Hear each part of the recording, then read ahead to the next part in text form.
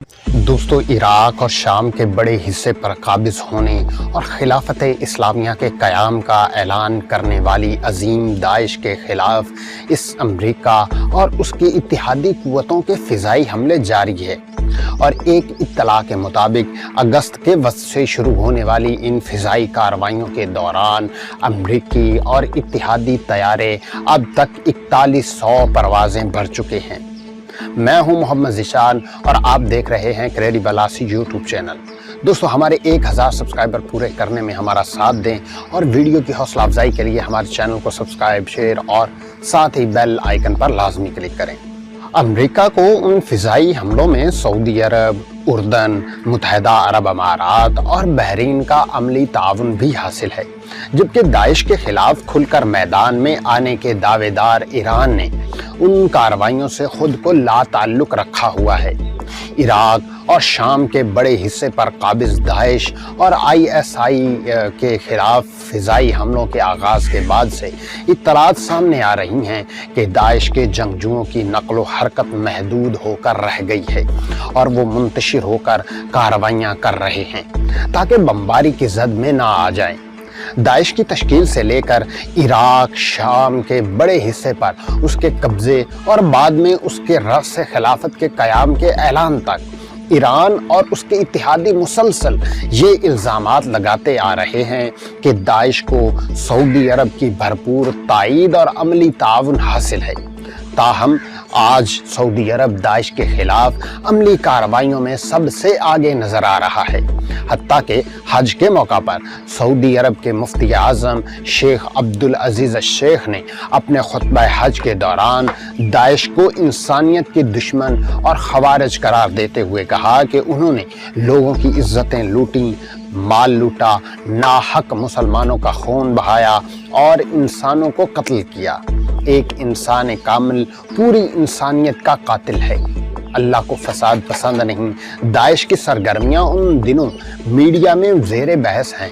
मुख्तलिफ नामों से गुज़िश्ता 15 बरसों से माराक में सरगर्म चली आने वाली इस तंजीम को असल शोहरत शाम में होने वाली बगावत के बाद मिलनी शुरू हुई, जब उसने तेज़ी से मुख्तलिफ इलाकों पर कब्ज़ा करना शुरू किया। उसी तरह इराक में साबिक वज़ीर आज़म नूरुल मालिकी की फ़िरका परस्ताना रवश की बदौलत सुन्नी अक्सरियती इलाकों में दाइश की हिमायत बढ़ती चली गई और आखिरकार 29 जून 2014 को वो दिन आ गया जब दाइश ने खिलाफत इस्लामिया के क़याम का ऐलान कर दिया। अगर माजी का जायज़ा लिया जाए तो 1999 में उसकी बुनियाद अबू मुअस्सब अज़्ज़ाक़वी ने रखी, लेकिन बाद में अक्टूबर 2004 में अज़्ज़ाक़वी ने अपने इलाक़ाई तंजीम को वुसअत और ताकत देने की गर्ज से उसामा बिन लादेन के साथ वफादारी का हल्फ उठाते हुए नई तंजीम कायम करने का ऐलान किया, जिसे मीडिया ने फिर AQI यानी अल-कायदा इन इराक के नाम से पुकारना शुरू कर दिया। हालांकि तंजीम ने इस नाम से खुद को कभी नहीं पुकारा। बाद में जनवरी 2006 में AQI ने मुज़ाकरात के बाद इलाके में मौजूद दीगर ग्रुपों के साथ इंज़माम का ऐलान कर दिया। यूं मुख्तलिफ तंजीमों के इस मिलाप से जो नई तंजीम बनी, उसका नाम मुजाहिदीन शूरा कौंसिल रखा गया। ताहम 5 माह बाद भी जून 2006 में अज़्ज़ाक़वी मारा गया, जिसके बाद 12 अक्टूबर 2006 को मुजाहिदीन शूरा कौंसिल ने मज़ीद कई इलाक़ाई ग्रुपों के साथ मिलकर नई तंजीम बनाने का फ़ैसला किया और 18 अक्टूबर 2006 को इस्लामिक स्टेट इन इराक के क़याम का ऐलान कर दिया गया। बाकायदा एक नई काबीना बनाई गई। अबू बकर रशीद अल बगदादी को तंजीम का पहला अमीर मुकर्रर किया गया। उनके दस्ते रास्त मिस्र से ताल्लुक़ रखने वाले अबू अय्यूब अल मिस्री थे। अप्रैल 2010 में एक अमरीकी कार्रवाई के दौरान दोनों मारे गए और उसके बाद मौजूदा सरबराह अबू बकर अल बगदादी मंजर आम पर आ गए। उस दौरान इराक और शाम में हालात तेजी से बिगड़ते चले गए।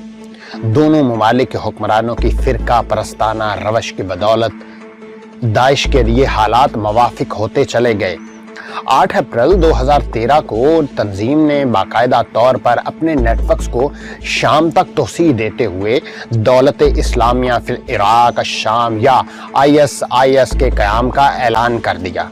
अब उसे तेल की दौलत पर भी इन्हिसार करना था और खिलाफत इस्लामिया का ऐलान भी करना था, जिसके बाद 3 जुलाई 2014 को अबू बकर बगदादी ने तमाम मुसलमानों से अपील की कि वो दौलत इस्लामिया की तरफ हिजरत कर आएं ताकि खिलाफत के इस्तेहकाम के लिए किरदार अदा कर सकें।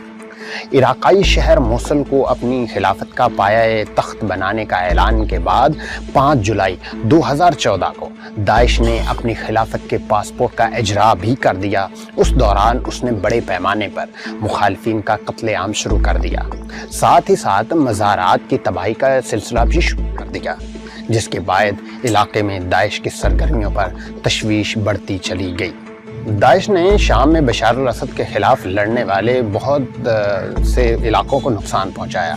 तज्जियाकार इस अमर पर मुत्तफिक हैं कि दाइश का क़याम और उसकी सरगर्मियां दरअसल इलाके को अदम इस्तेहकाम से दो चार करने की इस आलमी मनसूबाबंदी का हिस्सा हैं, जिसके तहत इस खत्ते में 14 गैर मुल्की मुदाखलत जारी रखने और तकसीम दर तकसीम के अमल को तेज़ करने की कोशिशें की जा रही हैं।